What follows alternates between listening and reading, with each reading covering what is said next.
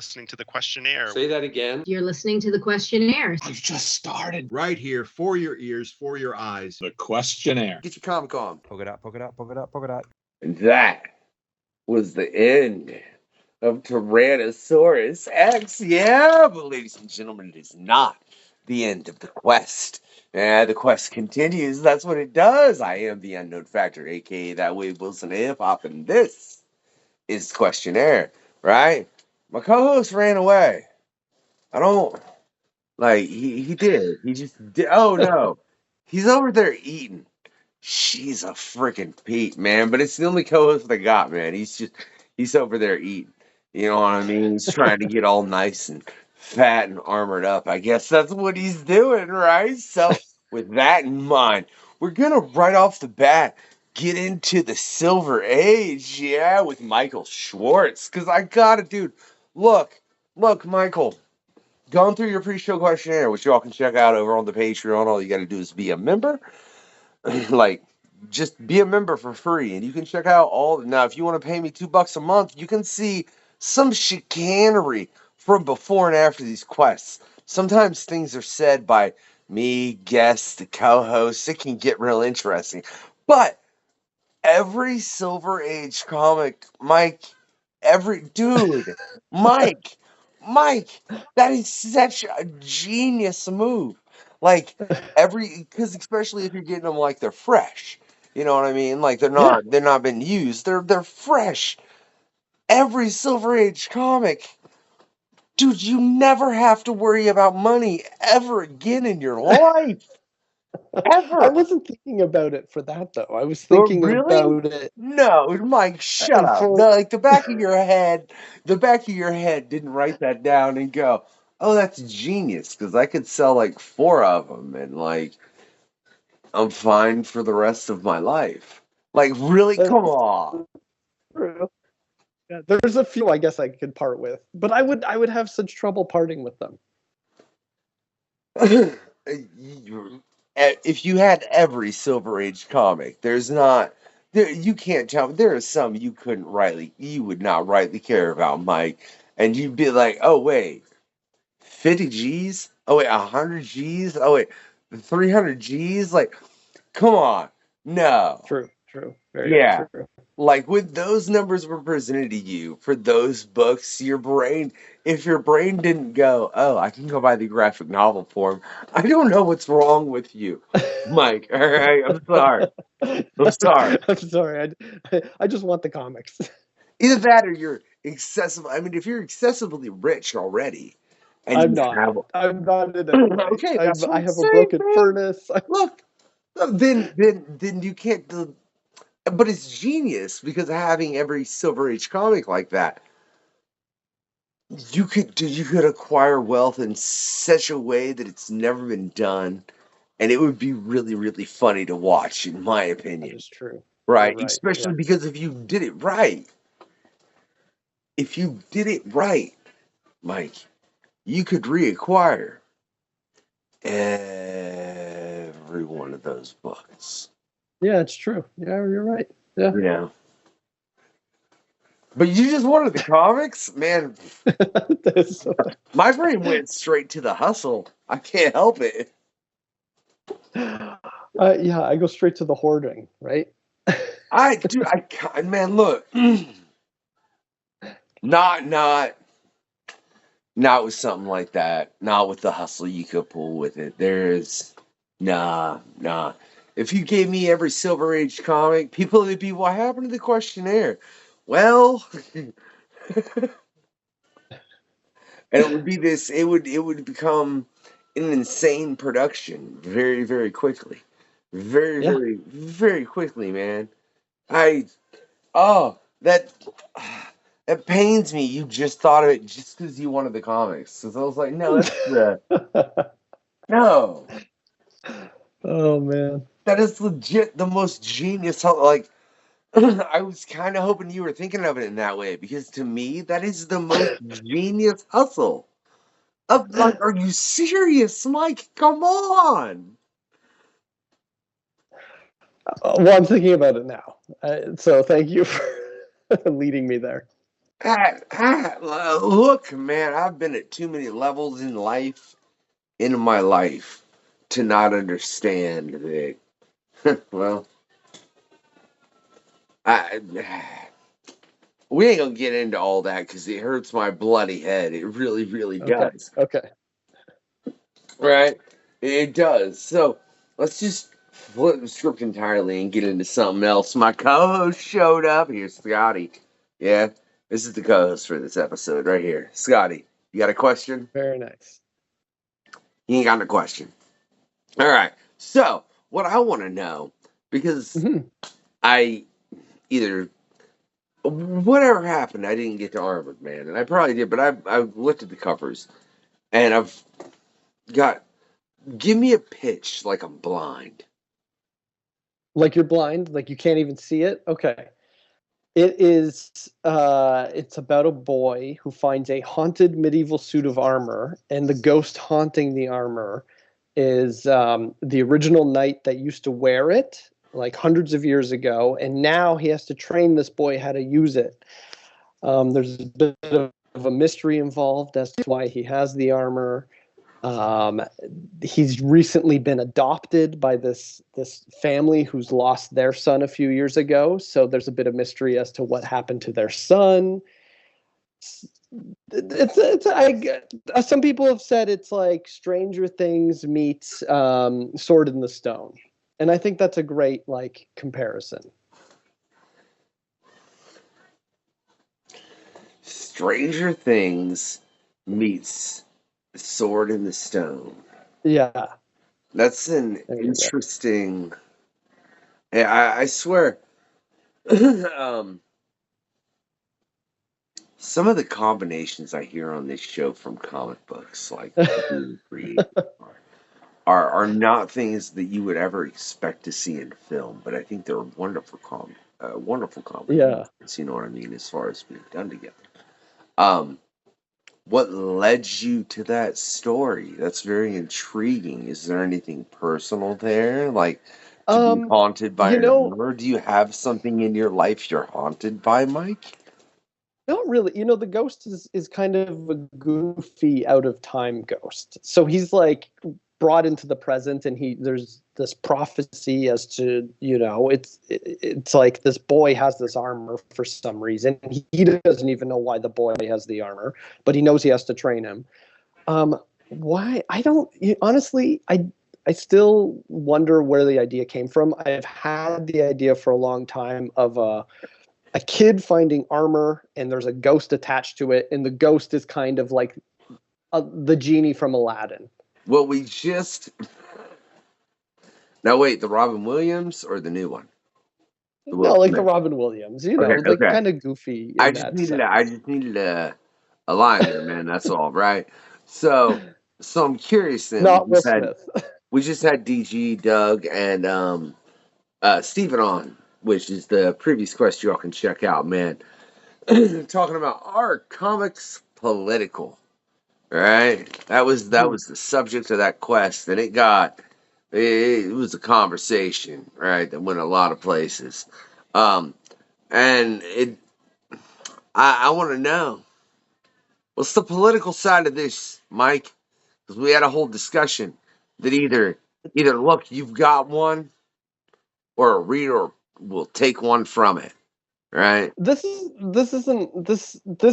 a story with a universal theme, as about loss. That's what the story is about. It's about loss and overcoming loss. This child, he finds this armor, but he also, the armor kind of is a metaphor for the walls he's put up after losing his parents, and God, he has to learn to break that armor and learn to live without that armor, and get over the loss of his parents. Meanwhile, the parents, his new parents, his adoptive parents, have to also get over the loss of their child. So that's what this is about. There's no political statement, at least not yet. I could continue the story and come up with something, but right now it really is a story about loss. okay, and I completely see what you're saying within that. Now, Mhm. With that said, and I mean that gets into what it was Steven that said about plastic that and plush. It was plush actually specifically. If you look at it, it's a social commentary on you should just accept people, except when you don't at a certain point they kill you, right? Right. So I mean, sincerely, look, look. This is like we had this conversation. It was like Doug Wagner was right there. So I don't want to I did you giggle all you want, man. The creator was part of the conversation. It's crazy. I just read Plastic for Hey, the first dude, time. I Yeah. really. Ooh. Have you read the prequel? Are you reading the prequel? Not yet. Oh, Not yet. I'm looking forward to it. it's been really, really, really, really good, right? But even people. So he said that you can consider that political. So I'm curious if looking at your story and everything you've written, right? Is there anything that you think someone could take in a political aspect? Because I don't know. and Well, now think of the political spectrum, man. Really think of what's out there. So I want you to think about your story really and think like, is there something? Because and it doesn't mean that you would think that, but with someone else. I honestly don't know. I write a lot of like kids movies, right? Like that is what I've done. Before this comic, I wrote a Netflix movie called Gnome Alone, and I wrote an adaptation of an R.L. Stine book called Zombie Town. And these are kids movies. You don't tend to infuse them with like political commentary. They tend to be more about lessons, right? Okay, look. I Oh don't. man, look. The conversation last night, right now, Michael is killing you, and you don't even know it, right? I'm, Which is ha- funny. I'm I I'm waiting for that person. I'm like, look, no, maybe dude, look. there's something someone can find in anything.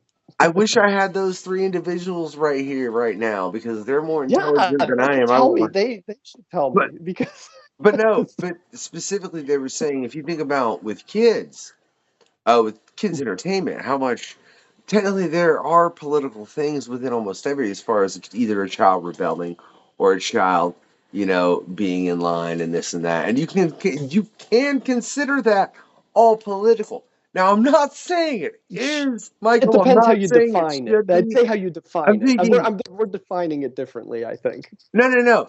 I think it's kind of ridiculous, in all honesty, Mhm. that people couldn't look at everything anymore and pretty much and just instantly attach something political to it. Yeah, Because it's I think and it's a again, bit this is ridiculous. why I said not that you did, but that you Yeah, thought someone may have, right? And I'm not I've maybe someone can find the politics in the foster system or the adoption process. Maybe there. and see, and I mean, I'm sure there's someone that if they read this somewhere, Yes. I'm not saying Yeah. that would instantly think that. Yeah. But I'm based in Canada, and originally intended this to be set in just a nondescript European city, right?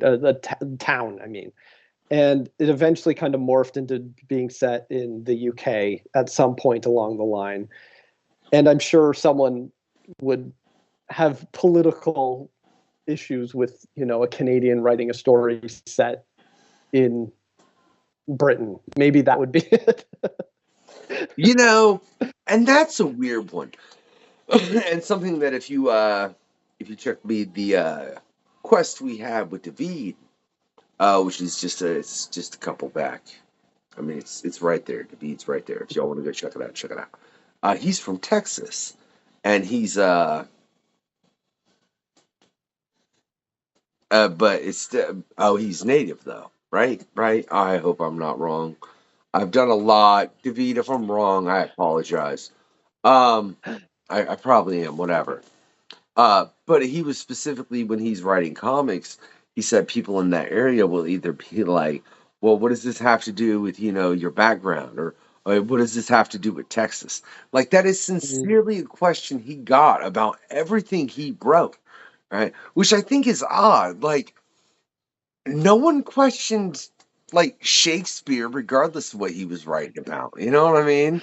Well, I will say this, like I think one of the big influences on me is like when I was a kid, I used to visit Germany a lot, right? So in those trips, we would go to these castle ruins, and like I opened the first page of the first issue on castle ruins. So I spent a lot of time as a kid, like imagining being a knight or wanting to be a knight or wanting to find something like that. And I love ghosts. So like all of those things make this book. Like all of my experiences are a part of this book. So I see why people ask that, because it's hard not to. But I can see why people would be annoyed by it as well. I don't care if people are annoyed. That's not even there. So, Michael, and it's understandable as far as because create what you create, man. People are creative, and and exactly. people are going to create things from their perspective and not their perspective, and that's how we learn about one another. Totally, I agree. Right? So, but as far as into what you just said, you were over there a lot, and then you said you were interested in ghosts, and you ever had any experiences, Michael? Well, I will say, okay, I'm not like a spiritual person at all, and I'm not. I love horror, and I've never really felt like I'm a bit of I consider myself an atheist, and but our dog, when we moved into the house I'm in now, it happened twice. When we first had our first child, he went crazy barking at things that weren't there, and then it stopped. And then when we had our second child, the same thing happened, and he'd bark into rooms. And this happened like over a few nights, and then that was it. And my mom would always say that was like a grandparent coming to visit, because she's very into I guess spirituality or angels or something. She always talks about this. And so it was very odd. And my wife and I went through a period where we would have a ring light that wasn't plugged in, that would just turn on in the middle of the night. Or it was plugged in, but it would just turn on. And we thought it was like a loose connection or something, but it turned on every single night at the exact same time. And there's weird things that happen, and I don't know. I've never seen a ghost, I don't think, but that's as close as I would say I've come to one. Wait, I don't think. What is? I'd like to say that if you say I don't think, then you've had a moment that made I've you had think. moments. Yes. That made you yes. think. What was that? Was that a? Is that what you're saying? You've had. Yeah, there was a lot. There's actually too many. We've hit the point where I feel like there's been too many experiences where I try to ignore it so I don't scare myself, I guess.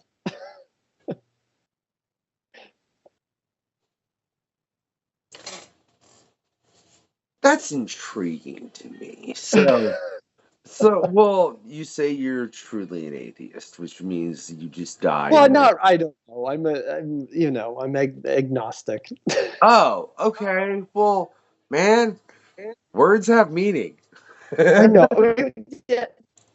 But an atheist is on there's a spectrum. There's a spectrum of atheism. I think, What you is show me yeah. There's a spectrum of atheism. What the fuck? Okay, agnostic. There you go. Words have meaning.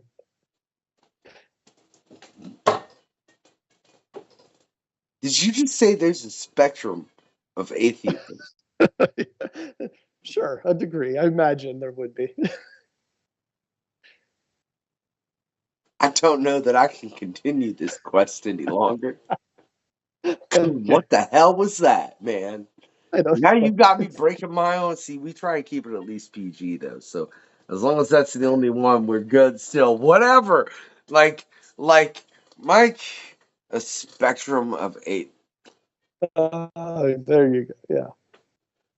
I don't know what to say to that, man. But no, but in that, so I mean, it's just the fact that obviously, if you have had those experiences, I would think that, like I said, you would be at least agnostic because you obviously would think Yeah, that which I am. I am. yeah, That's the you truth. would Yeah, you would have to think that there was something there because clearly you've had experiences that exposed it, right? absolutely. And so it's good. I mean, that's good. I think that you've had personal experiences like that. If you're writing stories like that, the more that there are things like that within your personal experiences, man. I mean, the better that story is going to be because it's going to come from an exaggerated point, I would hope, of things that happen. Because you got to exaggerate it. You can't just put Yeah, what really you can't put what really happened. That ain't exciting enough. yeah, exactly. That would be quite boring. Just a dog barking into a room. Or a cat, like, dude, you should really look over here. Yeah. Like, I don't know what's right here, but I'm gonna meow about it for like 30 minutes. Yeah. And it's gonna just freak you out. Right? So a boy that gets possessed in an armor, right? That's intriguing.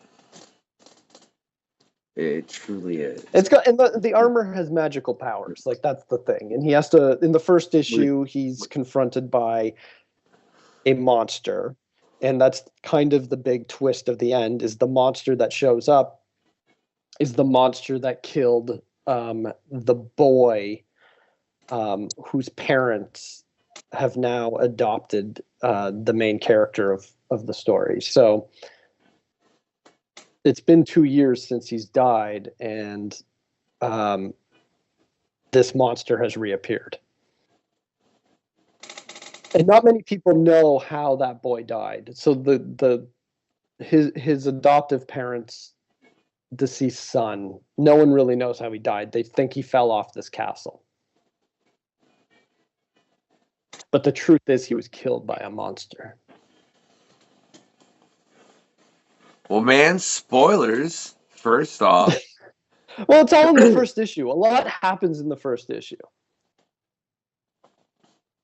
But yes, there is a bit of a spoiler. But it's been out since the first issue came out in June. So people, they can contact me. I will send them a PDF so they get a chance to read the first issue. and there's a link in the description to be able to contact Michael as well as all kinds of other stuff. And I don't know, man. There's stuff down there. Okay, I put stuff down there. I do talk about. No, I don't need to talk like we ain't getting into that during the show. I worry about that crap afterwards, man. It makes my freaking head hurt. All right. So within that, man, what do you do as far as in the end to make sure to balance all of that? Because obviously, as someone who's doing something creative, you have to find a way to make sure to balance life and what you're doing, right? Oh, And especially in modern day and age, which I think is something it's with the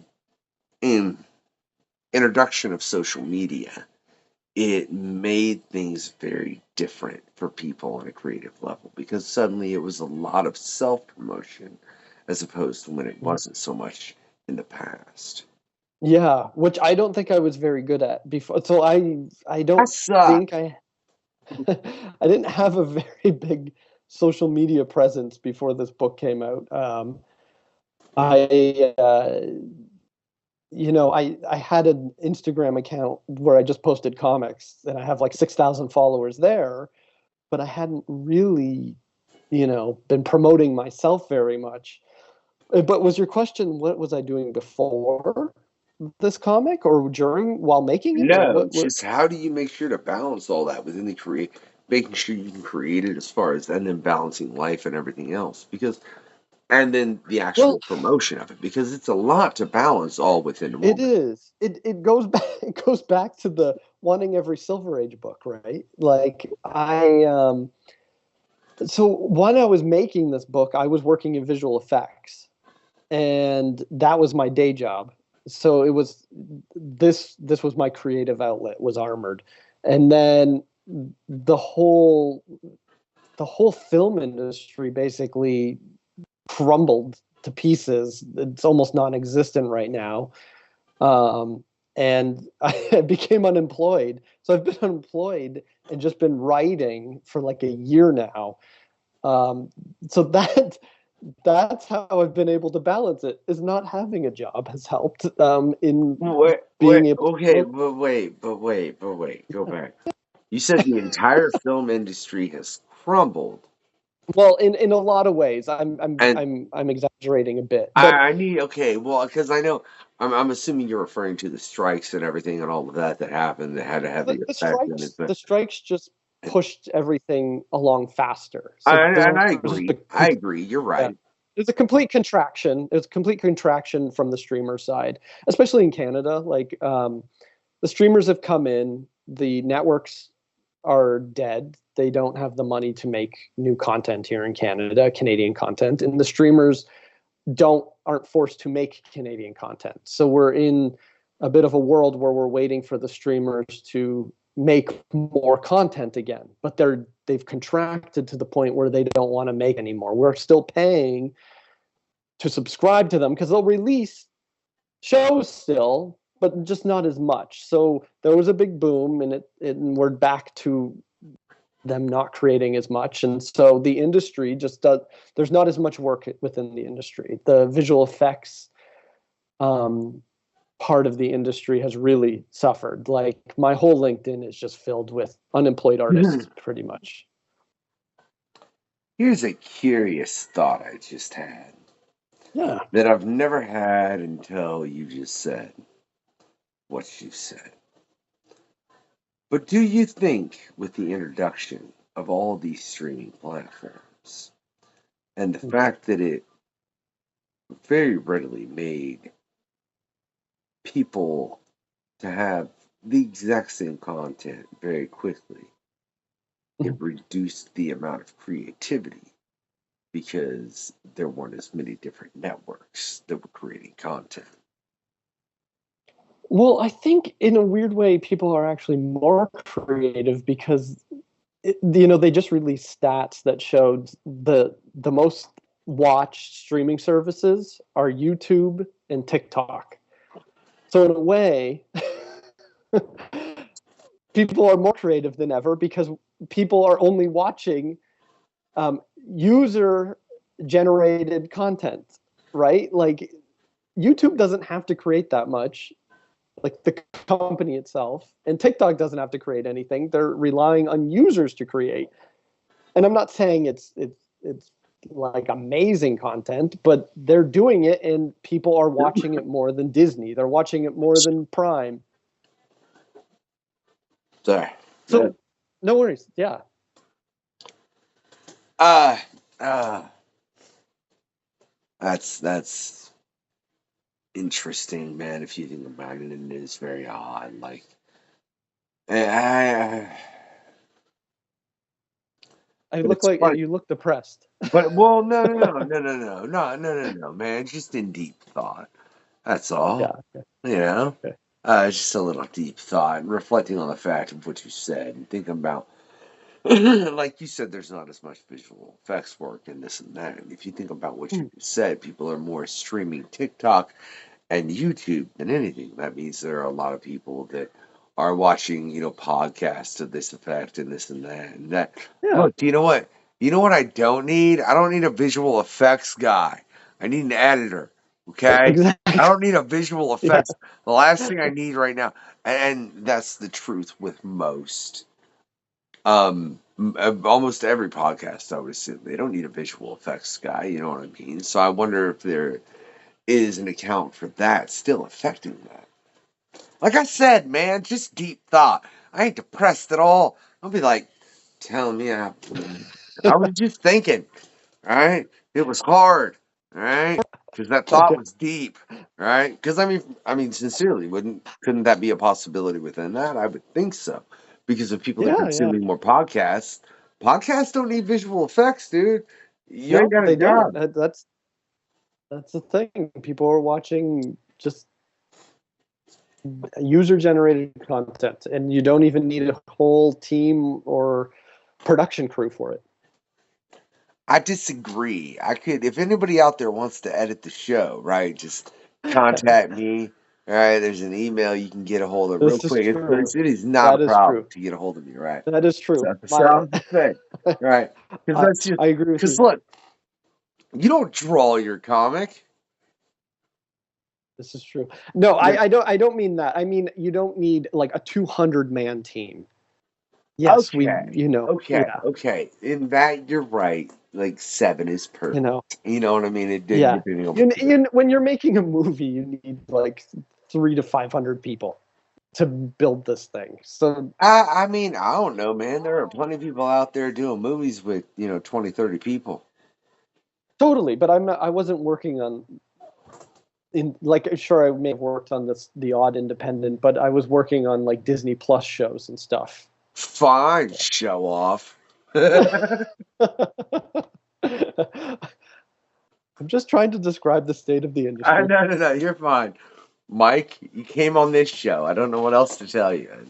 There is no co-host. You just got me. I warned you earlier, man. Yeah, go ahead. Sorry. That's it. That's it. End of thought. No, it's not. There should be more there, right? Whatever. What was it like?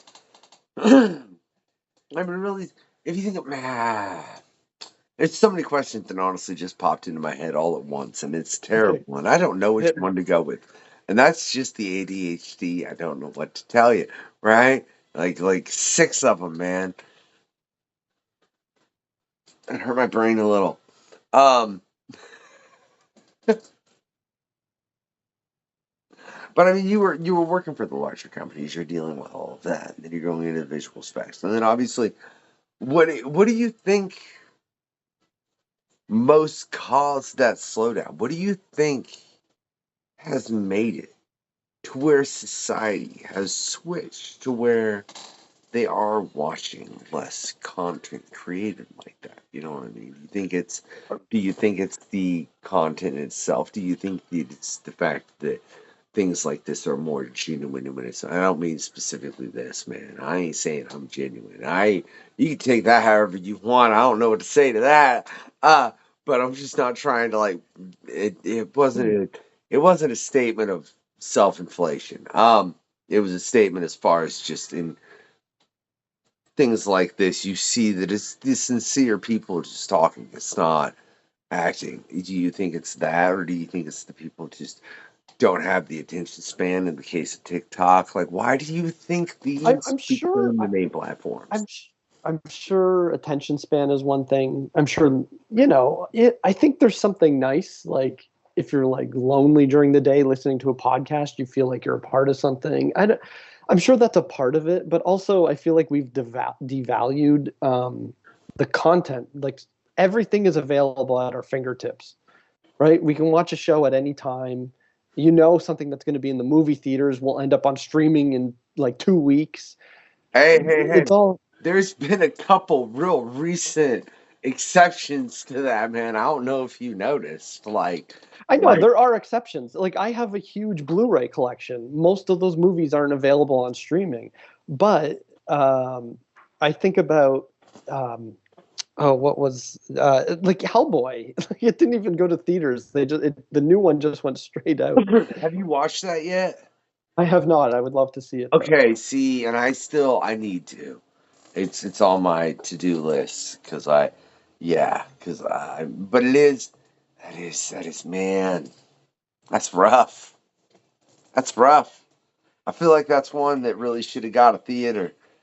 Yeah, it was low budget though, right? So maybe they didn't think it would play well. I don't know. Now I want to watch it even more. I want to point out, Mike, because I mean I haven't read all of Hellboy because that's a lot, but I've read parts of Hellboy here and there, and I know it's the Crooked Man. Correct me if I'm wrong. The Crooked Man story is where he's got the dude on his back the whole time, right? I think so. Yeah, it's honestly not one of the stories that I would have picked to adapt. I'm like, to me, it's a curious decision. So I'm curious to see what they did with it because it's a one shot too. It's not even a multi-part story. Well, I'm trying to remember. That's because oh man, now I swear I feel like I need to check this real quick, Mike, before we go into this and make idiots of ourselves, and be Yeah. wrong. Because if uh Yeah, you're right. Hold on. The Crooked Man.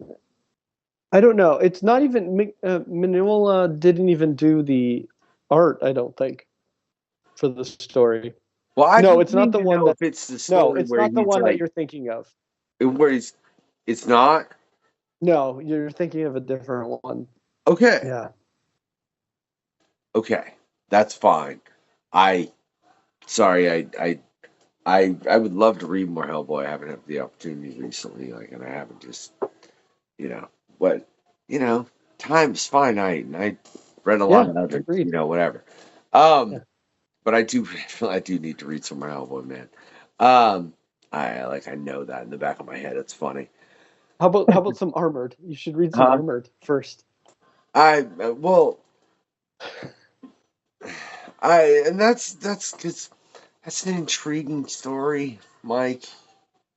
Like, you got some childhood trauma? I wish. You wish. No, you No. don't. No, you don't, Mike. I promise That's you. true. You're right. You're right. Like, I wish. That was. I'm putting that on TikTok. See, I literally. That's.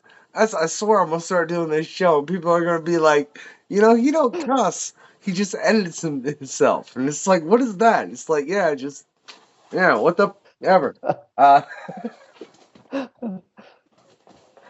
Uh, what do you do when the host does that? I'm curious. That's kind of funny. Um, so what got you into writing in the first place? Writing Like in why, general or comics? man? I like to answer like I want to like both. Why you gotta say one or the other? Why I you don't know, do because sometimes both, people dude? want Just to know answer the specific. whole question.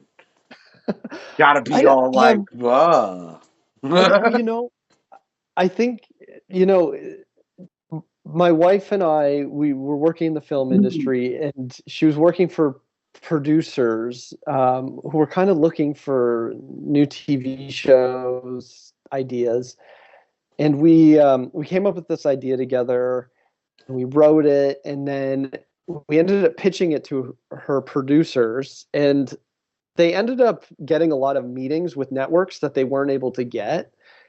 And I think that was the moment where I was like, oh, maybe we can do this. Because I felt like, we went to film school. We were always writing or directing things, and we wanted to do it. But that was the moment that it felt like, oh, we could actually enter the big leagues. Like this is something we should pursue. We do have a talent for it. We can do this. So that I think was the moment. I have to say, and then I just kept pursuing. We pursued it together for a while, and then pursued it separately as well. what have you found that ride to be like? Because I've at the point within the show, I've seen like, and with what I did with the radio and within music, and I've seen Mhm. the in and outs of a lot. Right. So going into that, what would be your advice to someone Oh my who's god, really, really trying to go into that? it's It's hard just because there's a lot of rejection. Like we were pitching TV shows all the time, um, and a lot of no's, constant no's. I think we both hit a point where we both kind of gave up, and I ended up getting a job working for an animation studio, and my wife ended up getting an opportunity to interview for an entry level writing position on a TV show, and she ended up getting it. Um, and I ultimately, through animation, ended up becoming a writer, like a professional writer. But the thing I've learned more than anything is to just do it yourself. Like, just get it done, because otherwise, like that's like this comic. I didn't know how to enter comics. I was kind of intimidated by it. I read so many. I don't know why it was intimidating. Like I'm pitching movies all the time, but this intimidated me, and I was just like, well, I'm just going to do it. And just doing it, like finding an artist, finding an editor, that was I think that's the thing people need to do. And like I have a friend who just made a film. I was like, just go make your film, and he finally just made it himself. If you do, like, you can't rely on other people all the time, especially in the arts. You just have to do it. It's hard when you want to be a screenwriter because you have to find someone to make it. But if you make it yourself, you'll be able to show people, hey, here's the screenplay I wrote. I want to be a screenwriter. What do you think? Make a short film. That's intriguing because I know how right you are. Like, I can't tell you how many people have came on this show and been like, you want to get into comics? Go make a 3 or 5 page comic and just do it. Just do it. Turn it on as an ash can. Like, get it done. That's how you get into comics. You know, you have to print that first one. So it's funny that you say it like that, man. Because you're totally right. Right. And it's interesting though, as far as if you're just a writer, like, and doing that, you do within comics, then have to get a hold of at least an artist. Yeah, and you may have to spend a lot of money. It's expensive, and that's why a lot of people suggest just do a short comic to start, an 8-page comic. Yeah, see, look, and I can say, like, I got a couple of really dope pieces here. Like, this is done by Mike Ruth. Amazing. It was done. Mike. It was done during the show, and then this is done by David Jacob Duke. Recently. Wow, that's awesome. Right, that's Wolverine, Deadpool, and Superman. Superman, yeah, that's great. Yeah. That was a request by myself, and he did it, so it sits there. Is that Swamp Thing? That's the Mike Ruth. Swamp Thing there. Yeah, that's awesome. I feel like I need to move this to a position where it's better in my background now that I look, because I'm always in the way of it. Like, you know, the Swamp Thing, my head moves around and you can see it, but it's just a good centerpiece. Whatever, I got a lot of crap here, right? I digress because I do that a lot, Mike, right? It's what we frankly do over here. So what was it that made you want to go from doing that to jumping into comics? Because, I mean, that's a very specific. Was it just a love of comics from back in the day, and I've been reading, and you just looked at it and you were like, I'm going to do it, all right? Well, I've been reading and collecting comics since I was really, really young. Like, my dad would bring me to comic conventions and comic stores. He's a big collector. And then that's why you want all the Silver Age comic books. That's what it is. Right there. I figured it out, Mike. All right, go proceed though. I'm sorry. I just had to point out. I figured out why that was your wish. I got it. So so in 2018 I had all of my comic books stolen. Oh. Yeah, everything I'd collected stolen. They broke into my garage and took everything. And then I went through a period where I didn't want to collect anymore, didn't want anymore. But then I started, I'd walk into comic shops and I'd see, the books I once had. And then I found a shop nearby. Actually, I found a bunch of shops that were selling 50-cent comics. I could find lots of, and there's a pawn shop near me that every comic is 50 cents except for the Silver Age ones. And I just started buying them, and I couldn't stop. And I wasn't just buying them, I was reading them. I was reading like stacks a night, like stacks and stacks a night. And I was still working in film. And then I hit a point where I wrote 8 movies in a row for different producers, and none of them were getting made. And I just thought to myself, what am I doing? I read more comics than I watch movies. Why am I not jumping into this medium? I've always loved it. Why don't I do it? And I've had this idea for so long, and it works even better as a comic than a movie. And that was kind of the epiphany. You know, don't it's ironic a little bit to me what you've just said because Fabian Niciasa, Yeah. did I get it? Maybe I got it right. Maybe I he's think you fine. nailed it. I don't I think I really, can. really, he's been on so many times, and I really, at this point, should be able to just Nisiasa, right? Like, it shouldn't be a problem. He'd probably be like, that's wrong. And I'd be like, whatever, Fabian, I love you. I do, right? We're gonna have him back on here sometime soon for something, because we will, right? Uh, but he said, like, that's why he writes prose, because people ask him why he didn't write screenplays, because he's like, because I have friends of mine who they sell one screenplay and then that's fine and they're good for like a while, but then like they write all these others and they never get sold. So Yeah. it's just crazy to me that you just brought up something that yeah. So Yeah. based No, on you really being there's like, well, because and I understand that man, because the whole process of Hollywood we've had discussions with I don't know how many people in regards to that. Like if you look over past quests, we've had so many creators that have had comics that were made into film or television, as well as like a couple of people that are within television.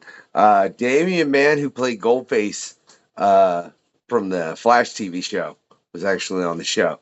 I love that you're right, man.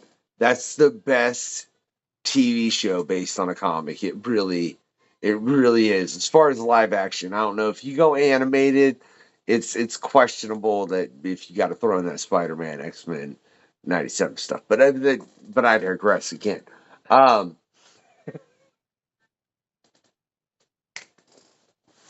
uh, but see, look, I digressed and I lost my point.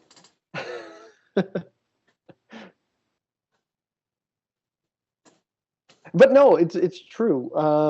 I know I know one guy who lives and works in Hollywood, and I think he's made a career of writing screenplays, but not one has Oh, been produced.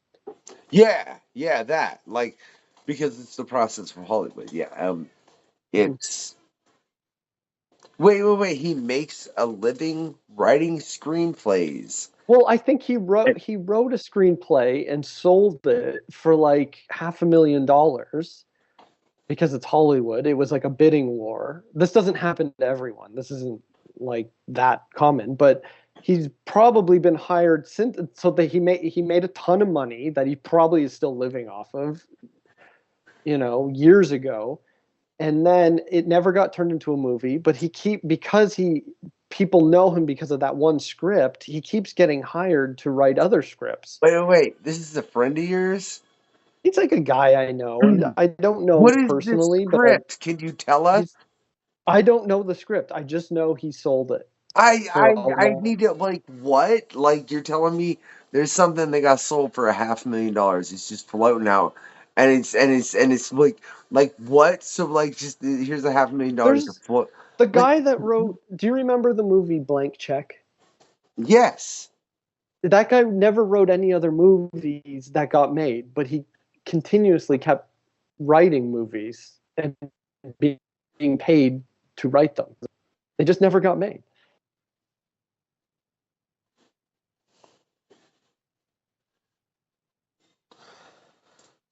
that's so bizarre.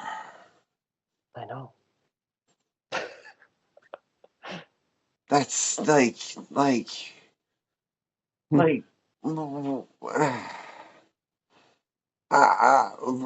so oh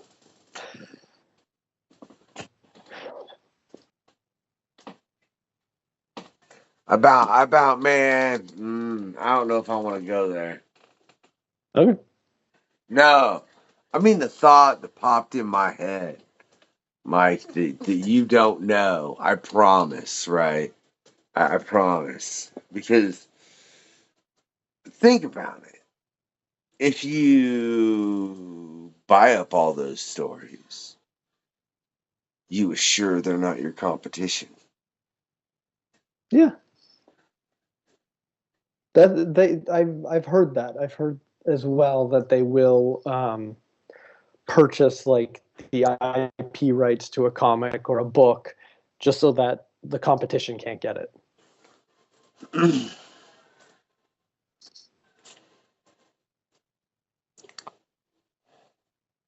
That's rude, man. You hear me? It is, That's rude. All right. it is Like, rude. Yeah. seriously? Can we? I don't know. It's just weird. It's oh, what was it I was watching recently? It's show business. This is the business part. I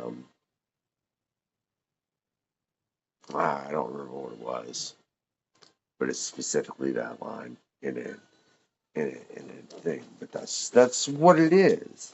You know what I mean? Yeah. It's the business side. And I don't think, even with how things are now, and it being so much more plain when it's exposed, you know what I mean? Like 20 years ago, there ain't no way you find out about what Diddy did at his party, and that's all I'm saying, right? I mean, come on, Mark, it's a fact, right? Right? Or Mike, it's a fact, right? It's just what it is. Okay, so, but I still don't think within that people think of the business aspect. You know, Mhm. That's true. like what goes on in that level. Why do you?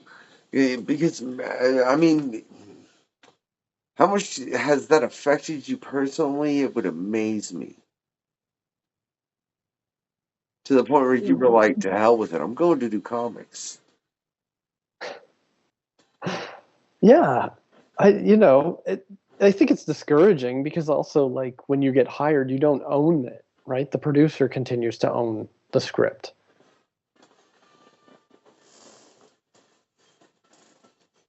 I mean, there is that as a screenwriter. You're giving whatever you make over to them. Now, Mhm. I think it's different though.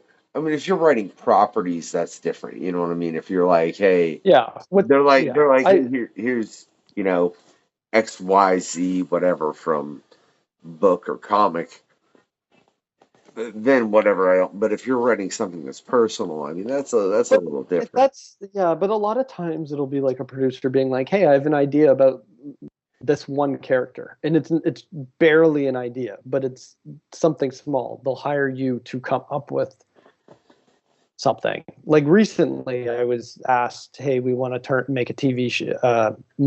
Actually, no, it was a movie. I think that we want to make a movie out of this idea, and it was like, "Okay, I'll come up with a pitch," and they like the pitch, and then you have to decide if it's their idea, so they pay you to write it.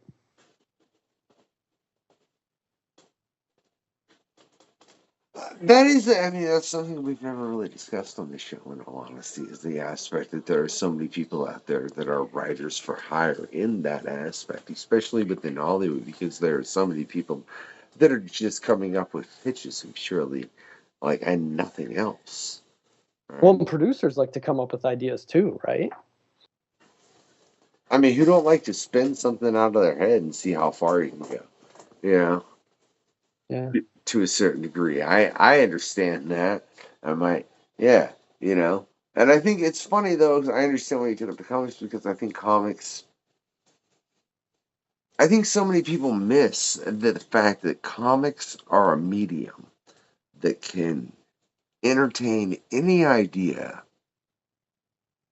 for pretty much around the same cost. You know what I mean? Like, Mhm. it doesn't matter what you're putting on the paper. It's going to cost you approximately the same as far as to get it there, Yeah, regardless of what the absolutely. story is. All right. Mhm. So, I mean, you can go anything from, hey, this is totally like about something that could happen tomorrow to, what are you talking about? Right?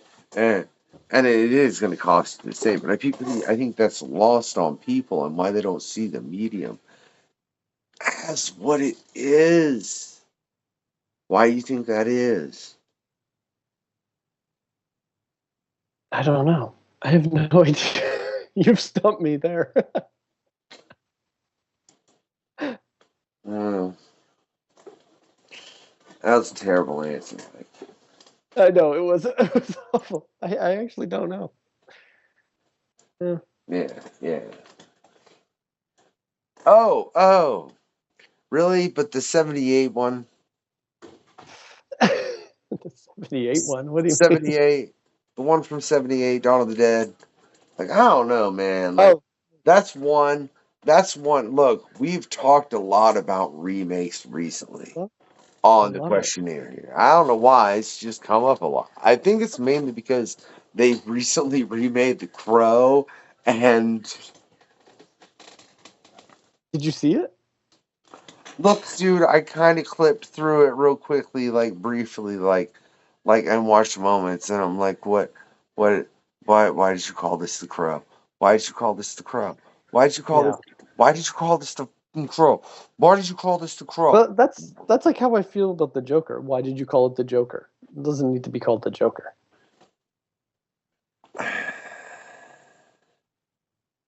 Because I mean, it's funny because at this point they've even said it's an Arthur Fleck film. But if you think about it, because they've said it's in other world. Yeah, have you seen the second one? No, I haven't yet. Okay, I've heard it wasn't well received. Yeah, apparently people's mad about it. That's about all I know. I'm not on social media much, but my phone notifies me enough to let me know that, oh, people didn't like the Joker, huh? All right, then.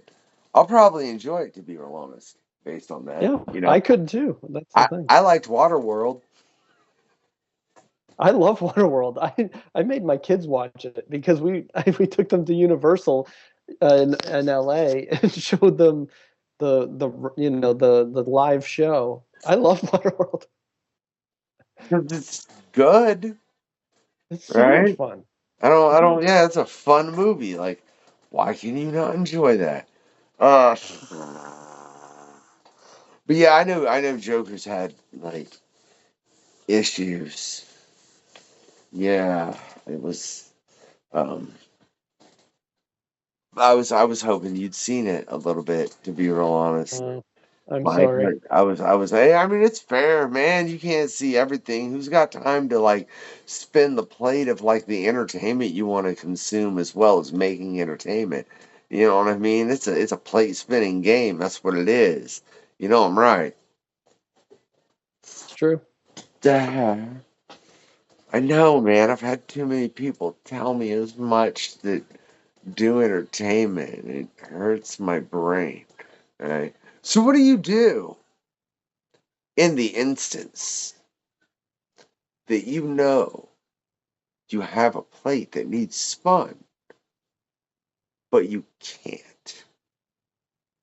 Like, do you set like what do you choose?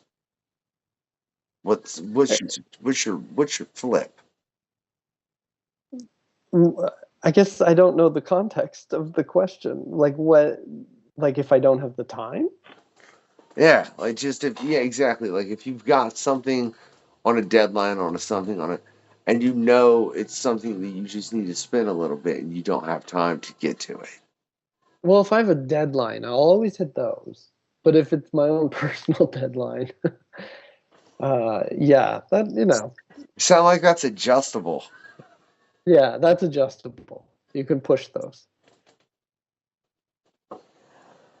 Do you like that as far as in being your own creator or being, creator owned? It's hard. I think it's hard. Like when there's with the comics, I find it easy. Like for some reason, I love writing comics. That I've enjoyed a lot. Screenwriting is hard. I don't know because I don't know. It's just so big. Yeah, it maybe it's because I would do it all the time, but I've been really enjoying writing comic books lately. Well, I mean, you're working on it right now. I'm curious, Mike, with everything, Mhm. what's the character you would love to work on out there? What's the like if you could just have a 6-issue run on Oh man, anybody, I know anybody. there's a lot, but Silver Surfer would be one. He was a favorite of mine as a kid. I'd love to do Silver Surfer. It surprises me how many times I've heard that name. Interesting, interesting. Yeah, like I think at least twice, which I mean, You know who else I would love to do is Sleepwalker. I really want to do Sleepwalker. I feel like there's potential for him. Like I remember Kirkman used him in a Marvel team up book once, and I was like, "That's great. This is a character we need more of." And I think they did a mini series and stuff, but I don't know. I feel like he's a cool character and definitely underused in the Marvel universe. As far as DC, that's tough because there's so many great runs in DC that I love so much. It would be hard to compare. Like I love the Flash, but I feel like there's just so many great stories already. I don't know. Maybe the Flash. I think the Flash. oof. Oh, and look, between the fact that you say that's your favorite adaptation as far as the TV show, and then you say you got to bring it with that one. That's because you're right. Like, look, I'm not a big DC guy. I'm really not. But the Flash is one of those I can really read. I think Lantern's pretty good. But Yeah, like Lantern's great. I I I think Balancing Barry. I think there's two characters in my opinion. Yeah, well, it's weird because I feel like Wally is more my Flash, even though I love the TV show, because Wally is what I grew up reading. But they all have the same balance. I think Wally does. I ain't read a lot of Wally in the comics, so I might be wrong in this. But as far as Barry and Spider-Man, I think they'd be different because there's a balance of seriousness, comedy, and emotion that you have to balance within those comics to write them right. Mhm. That's kind of heavy if you do them right. You know what I mean? But it's Yeah, not shown as heavy. Like it's there, but it's not there. I don't know how else to say that. Like yeah, catch this when you're 20, not when you're 8, kind of thing. yeah. See what you mean? Hmm. Yeah, I don't know. That would be it right now. I'm sure there's other characters, tons of obscure characters I'd be interested in. Obscure. I mean, you did go obscure, man. Sleepwalker, like, yeah, that's uh. It's funny. I mean, I had a couple issues of it, but I honestly don't remember a thing about that character, Mike. Like, I don't remember an absolute single thing about Hmm. Sleepwalker. Is that terrible? Except what he looked like, you know? Yeah, Like that's it. Like what I couldn't even tell you what his powers are. You know? I couldn't. Wasn't he part of the Midnight Suns at one yeah. point? Was he? Even I don't know if he was a part of the Midnight Suns. That's I why I don't was know. wow, no, Yeah, man. I mean, I kinda think he was, and I kinda maybe he wasn't. Maybe he yeah, wasn't. Maybe I just had like a random issue or two because it was the '90s and that's how things rolled, and you could get comic shops like you know in convenience stores, and wasn't that really cool? But we don't do that no more. But that's neither here nor there. yeah. What initially got you into comics? My dad. He, like I said before, he was a big collector, and so I would just be at the comic shop every weekend or every other weekend, and I would be digging through the quarter bins, and he gave me my own pull list, so I I had a pull list What? early on with Silver Surfer and Hulk. That was my first. And then Spider-Man was added. That's where you started? Interesting. I'm trying to think of old Silver Surfer, really. It was Because like that the was, Ron Lim era. huh? And Dale Keown. It was Ron Lim on Silver Surfer and Dale Keown on Hulk. All I know is I finally read a Spider-Man to my boy, and it lit up, and I seen him like take to it. Why do you think that when things like that are seen by society, we don't understand that comic books are a point of literature, and will help people understand? Why do you think even now there are people that are like, "Oh no, don't," you know what I mean? I mean, not as much. But there still Yeah. is. Why is it just not commonly like what part of a human brain would look at that and be like, that's a problem. You can't read that. Unless look, I mean, don't give an 8-year-old crossed, all right, by any means. Like, please don't do that.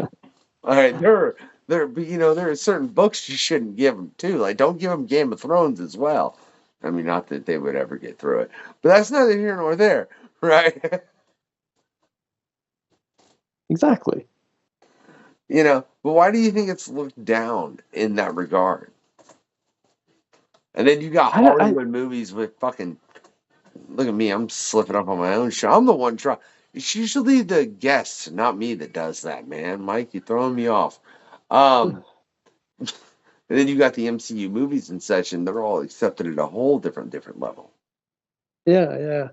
I don't know why. I think it's more accepted now though. Like every kid is Oh yeah. reading a graphic novel. But yeah, I wish I knew because it's hard for me to understand because I grew up in a household where it was normalized.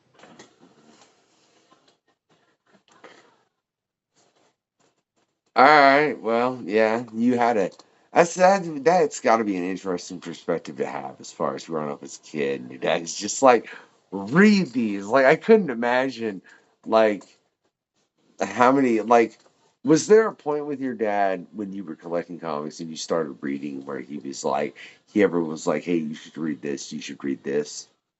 No, he full on read them to me. He read me he read me Amazing Fantasy 15 all the way through Amazing Spider-Man number 100. He read me random issues of Fantastic Four. Like he was always reading them to me when I was young. Huh. That's so you had the Marvel Universe read to you by your dad. Yeah. That's And then, years later, X-Men the animated series came out and um the Spider-Man animated series. So it was like all the stories he was reading to me like put onto the screen more accurately. He also used to show me, do you remember the old 60s Marvel cartoons where it was basically just the comics themselves that moved? It was like uh he we would watch those a lot. See, I've seen a couple of those, man. I mean, it's interesting.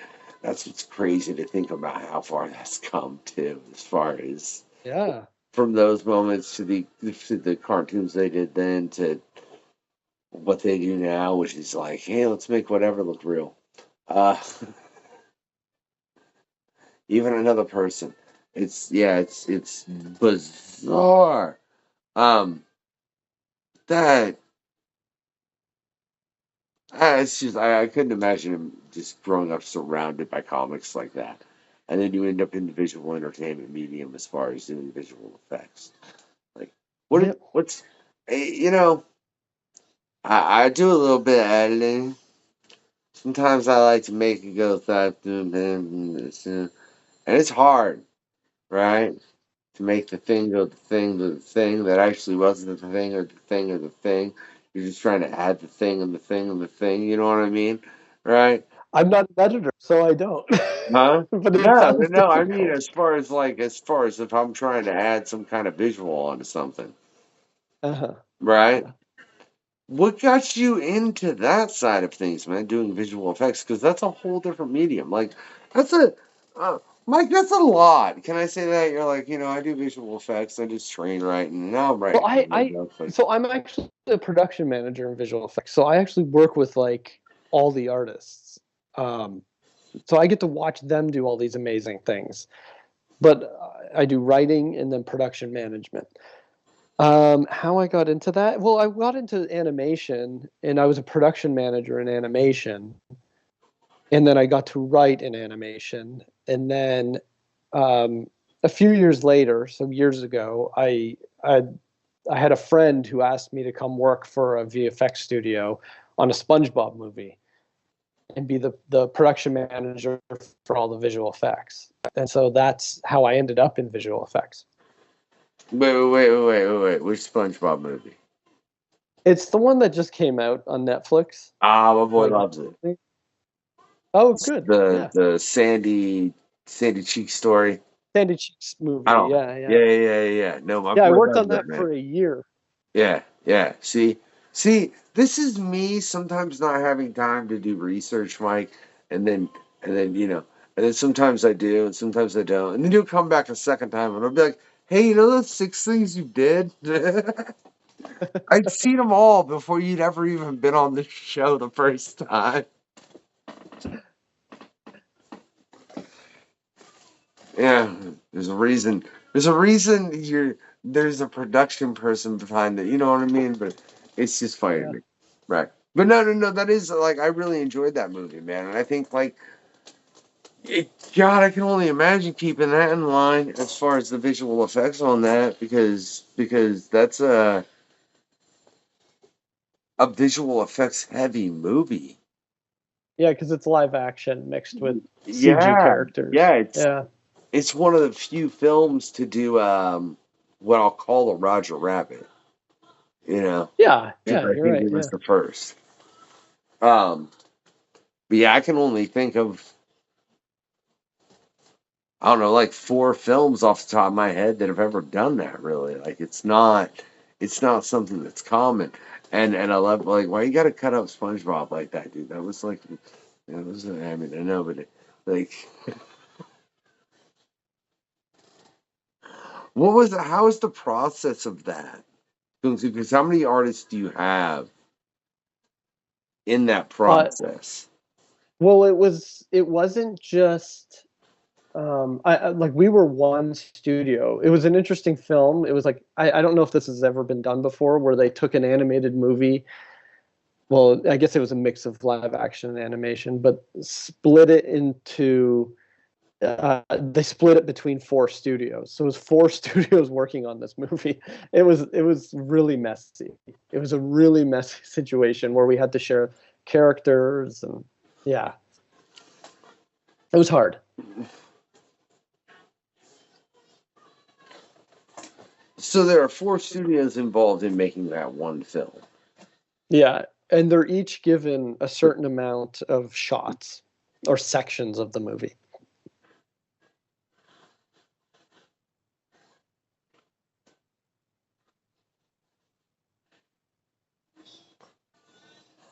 I'm sorry, with what you just said and then what you just said previous to that, my brain's trying to process in any way why that's feasible and the best way to do that and The idea was it would be done faster because a studio can only do so much over the course of like 2 years. This they thought would speed up the process to make it done in a year as opposed to 2 years.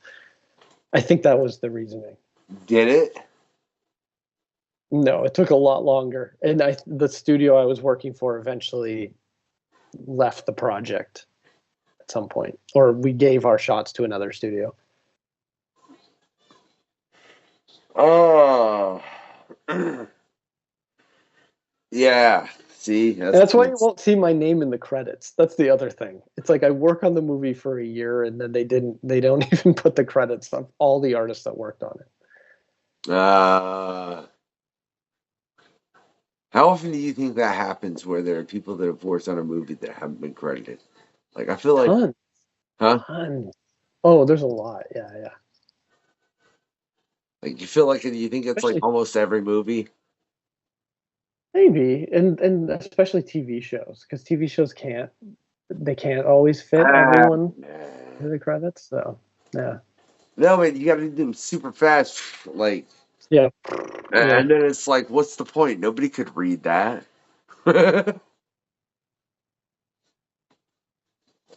And it doesn't make sense. It doesn't make sense at all, man. That's just.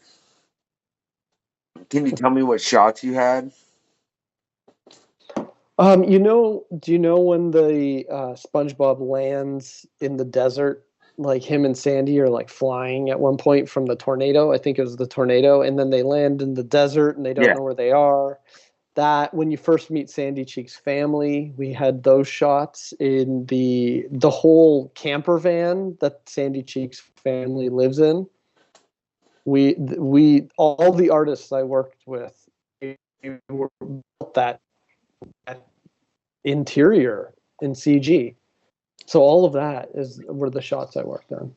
And then, based on the fact of how long the production took, based on the fact that they could use four studios because they thought it would make it take faster, or they thought it would make it go faster, is it ended up to where you guys ended up being like, you know what, we got to step out of this because it's taking too long as far as the entirety of the studio. That's that's what Yeah. that's Hollywood, isn't it? That's what it is. I don't know. I think it was one producer's idea.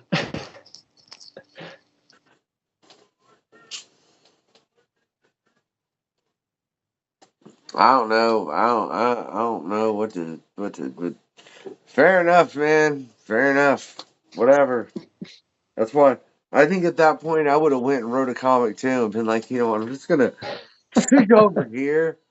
Just gonna go over here, okay? You guys go over here. I'm gonna go over here and I'm just gonna like do this because like what was that? Oh, Mike, stop making my head hurt. All right. Serious. Well, we're now past my bedtime, so Whatever. I'm It is. It is always. It is a quest, and it always past the bedtime. Right, but. Oh, hold on. See. I wasn't. See, here's the problem, man. Right, is that I typically have a co-host, and right, like when I have a co-host, they can buy me a little time to like uh, do some things real quick, right? And yeah, Bigfoot counts. What's wrong with you?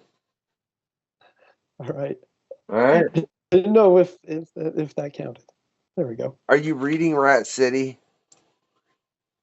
You know what? I have it on my pull list. I have not read it. For some reason, it's like the one book I haven't gotten to. I read the regular Spawn, um, but I have not read Rat City. I'm very excited for it. I have a few that I had to order online, so I'm waiting for those to come in. Yeah.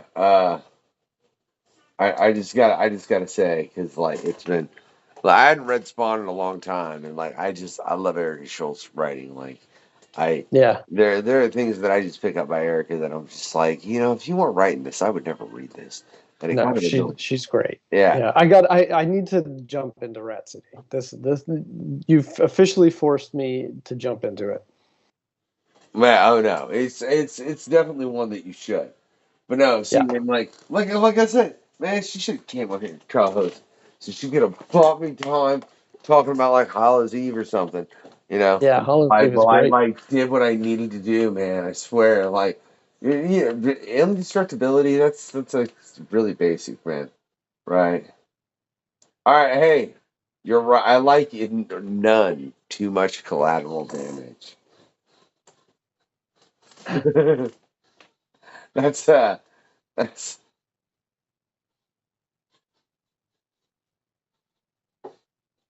oh yeah. Yeah, you got any big name stories? Like from working Yeah, from with work. them. You got any Well, when you I got any you got any the you got any interesting big name stories?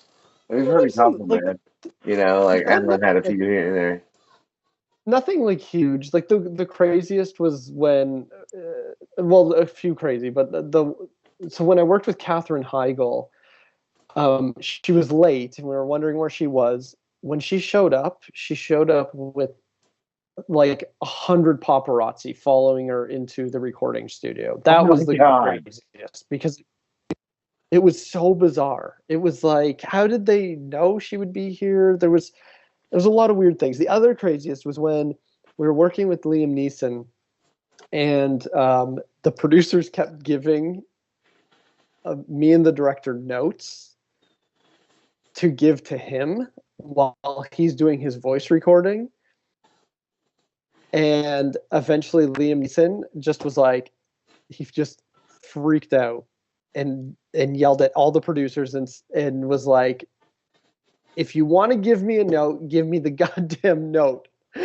And just totally yelled at them. And then the director just at that point just got to direct the movie and he didn't have any producers giving him notes. It was amazing. And it was like classic Liam Neeson yell. Like it was like, whoa, that's Liam Neeson, you know? Yeah. Oh. But most of the times I've worked with these actors have been in like recording studios. So it's very contained environments. There's not a lot of excitement happening.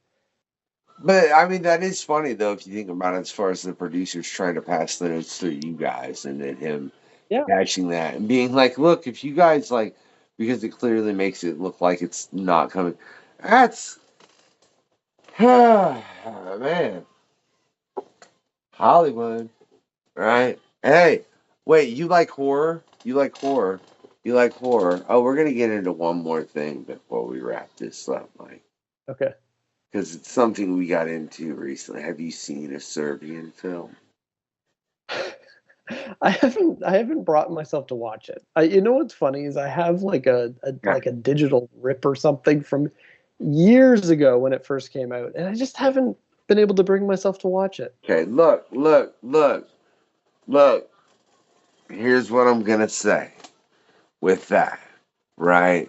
And if you go watch Joe Donahue's interview, this will totally be really, really funny. All right. Okay. But you have to watch that interview for what I'm about to do to make sense. Do I watch the But movie no, then Mike, watch the Mike, look, interview? Mike, Mike, Mike, do yourself a favor.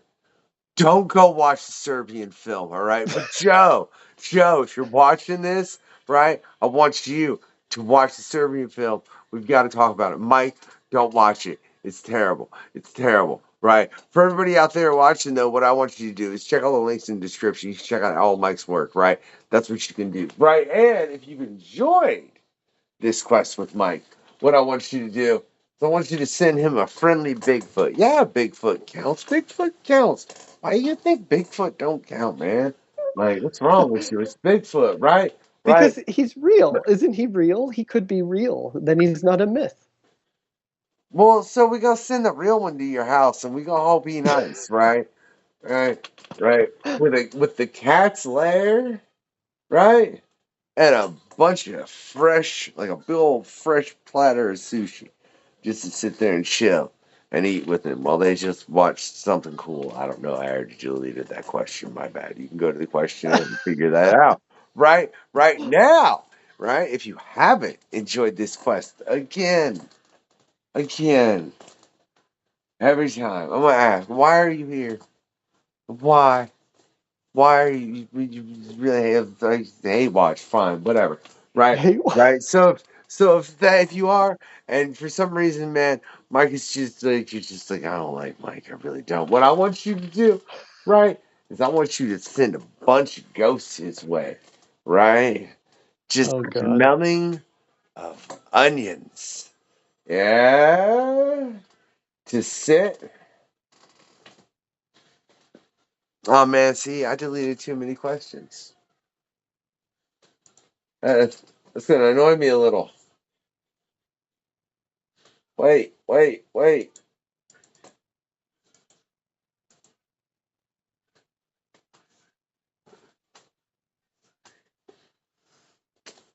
You know what? Just send him some ghosts to haunt him with like just stanking of onions, man. I ain't got time to press this many buttons. I got things to edit. Mike's got things to do, and just look, man, leave me alone. Give it that thumbs up, right?